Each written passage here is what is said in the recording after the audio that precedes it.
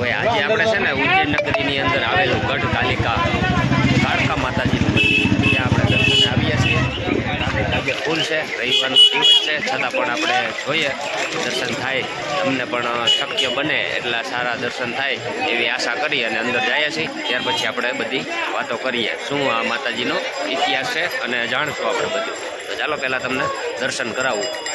અને ટ્રાફિક જો આજના રવિવારના દિવસે ખૂબ મોટો ટ્રાફિક થઈ ગયો છે. અહીંયા શિવના દર્શન થાય છે. મંદિર છે.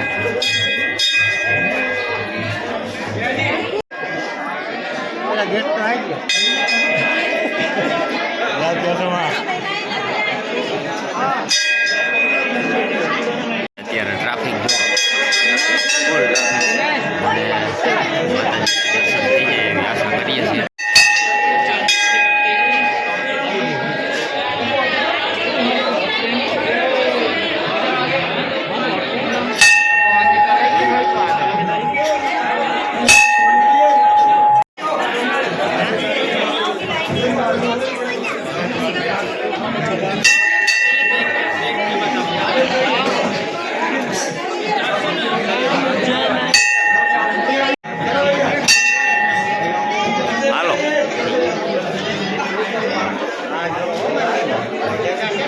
માતાજીના દર્શન કર્યા. અહીંયા આપણે ધજાના દર્શન કરીએ.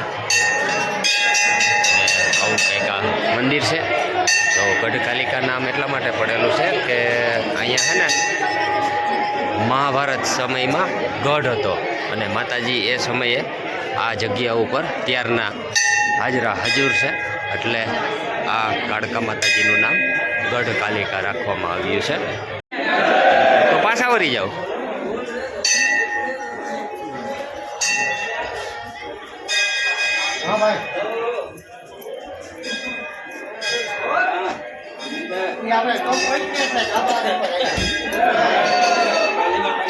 હા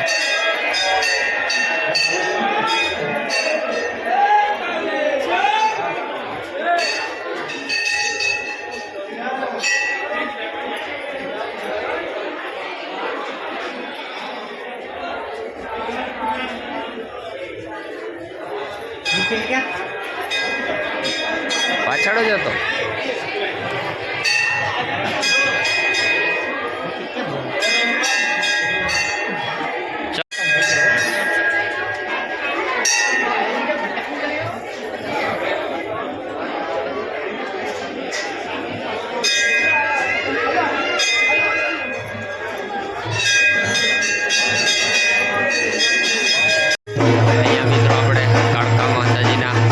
કાલિકા માતાજીના દર્શન કર્યા અને આ બાજુ પણ ઘણા બધા દેવસ્થાન આવેલા છે, ધૂણો આવેલો છે, તો તેના પણ દર્શન કરશું. અને અહીંયા ધૂન ચાલુ છે.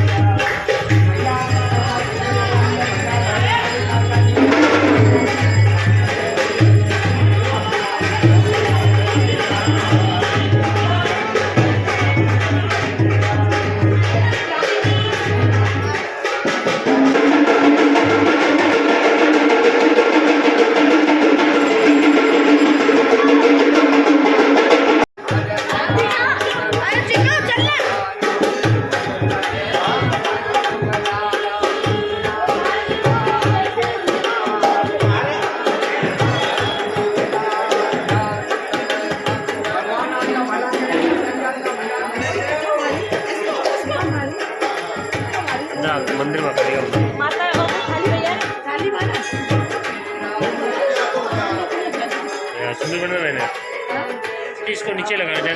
મિત્રો આ હતું ગઢ કાલિકા માતાજીનું મંદિર જે આપણે દર્શન કરી અને હવે આપણે ગણેશજી મહારાજના દર્શન કરવા માટે જવાનું છે. તો બન્યા રહેજો વિડીયોમાં.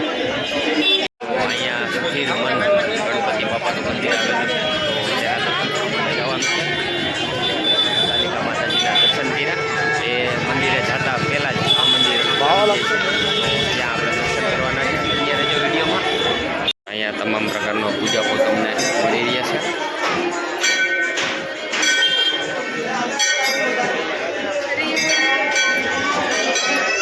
અને અહીંયા ઘણી બધી ગૌ માતા પણ તેના પણ આપણે દર્શન કરશું.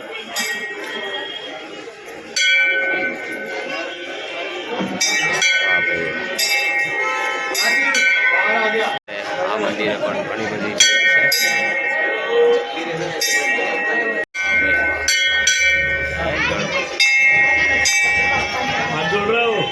અહીંયા મહાદેવ અને સાથે સાથે સંતોષી માતા પણ બિરાજમાન છે.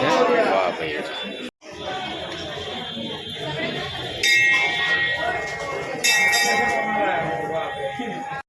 મંદિરની એક્ઝેક્ટ પાછળની સાઈડ અહીંયા જગન્નાથ ધામ એના પણ આપણે દર્શન થાય છે. વાહ,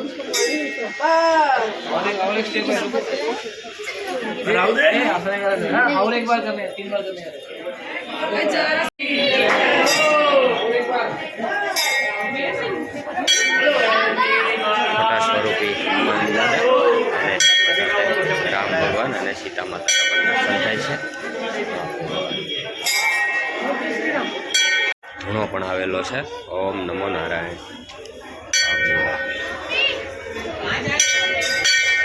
અને ગણપતિ દાદાનું વાહન એટલે ઉંદર, તો તેના પણ આ સ્થળ ઉપર દર્શન થાય છે મૂર્તિ સ્વરૂપે.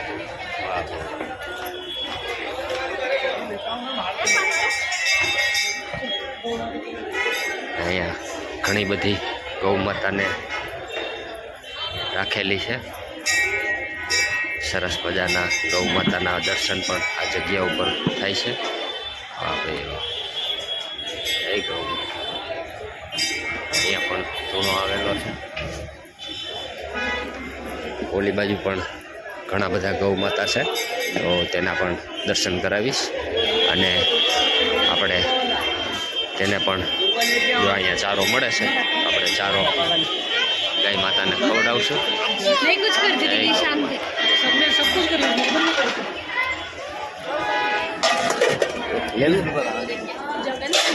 આપણે ચારો લઈ લીધો છે અને માતાજીને આપણે હાથેથી ખવડાવશું.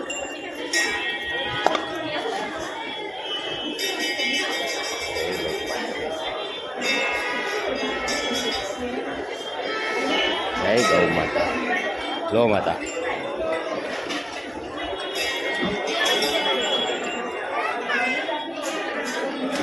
આઈ તો ખરા.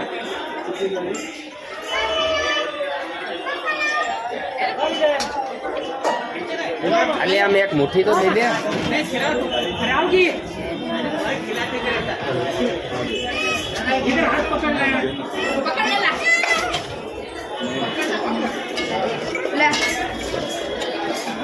હવે આ બે ગૌ માતા છે ને હવે ધરાઈ ગયા છે.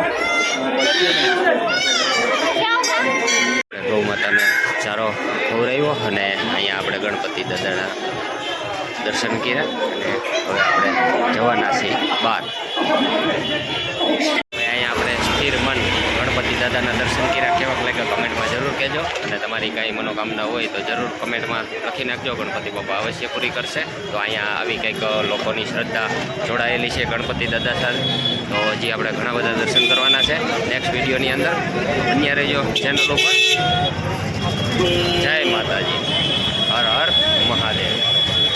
આપણે ગણપતિ બાપાના દર્શન કર્યા અને અહીંયા લક્ષ્મી માતાજીનું મંદિર આવેલું છે, વૈભવ લક્ષ્મી માતાજી. તો તેના પણ દર્શન કરતા જઈએ. અંદર અહીંયા ધૂણો આવેલો છે, માતાજીનું સ્થાન.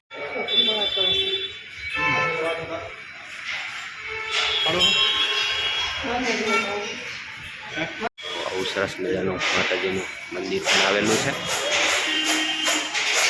મહાલક્ષ્મી માતાજીના દર્શન થાય છે. આ બાજુ વિજયાલક્ષ્મી માતાજીના દર્શન થાય છે. આ બાજુ શ્રી અધિલક્ષ્મી માતાજીના દર્શન થાય છે. અને આ બાજુ વીર લક્ષ્મી માતાજીના પણ દર્શન થાય છે. વાહ ભાઈ વાહ. અને અહીંયા ઐશ્વર્ય લક્ષ્મી માતાજી. આ બાજુ હરસિદ્ધિ માતાજી ઉજ્જૈન ફોટા સ્વરૂપે દર્શન છે. વૈભવ લક્ષ્મી માતાજીના પણ ફોટારૂપી દર્શન છે. અને આ બાજુ શ્રી ધન ધાન્ય લક્ષ્મી માતાજી તમામે તમામ લક્ષ્મી માતાજીને અહીંયા દર્શન થાય છે. શ્રી સંતાનલ લક્ષ્મી માતાજીના પણ અહીંયા દર્શન થાય છે. વાહ ભાઈ વાહ, જય માતાજી. તો આવું સરસ મજાનું લક્ષ્મી માતાજીનું પણ મંદિર આવેલું છે. જય માતાજી. દીપમાલા આ રીતે કરવામાં આવે છે માતાજીની, ને આ બાજુ પણ માતાજીની દીપમાલા છે બંને બાજુ.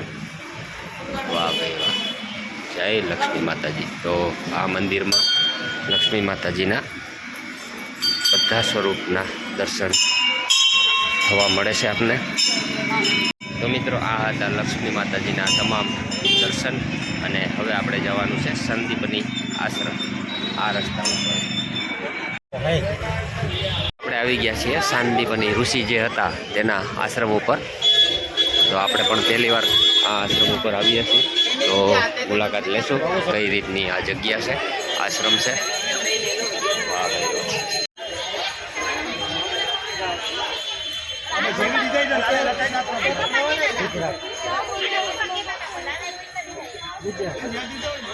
તો સાંદીપની ઋષિ જે હતા ને એ કૃષ્ણ ભગવાન, સુદામા, બલરામ ને વિદ્યા જે આપેલી હતી તે સ્થળ આ જગ્યા ઉપર આવેલું છે. ભગવાન શ્રી કૃષ્ણ, બલરામ, સુદામા વિદ્યા સ્થળ મુખ્ય મંદિર.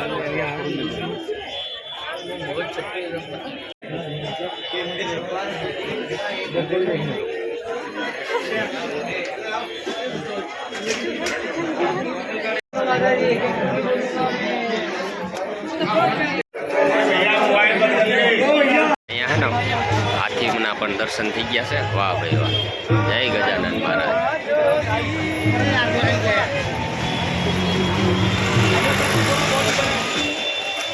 આપણે આવી ગયા છે વૃતહરી ગુફા, જે આ જગ્યા ઉપર આવેલી છે. નાથ સંપ્રદાયની જગ્યા છે. તો અહીંયા હે ને શૂટિંગ કરવાની મનાઈ છે, એટલા માટે હું તમને બહારથી જ દર્શન કરાવી દઉં છું. સાંદીપની આશ્રમ પણ શૂટિંગ કરવાની મનાઈ હતી.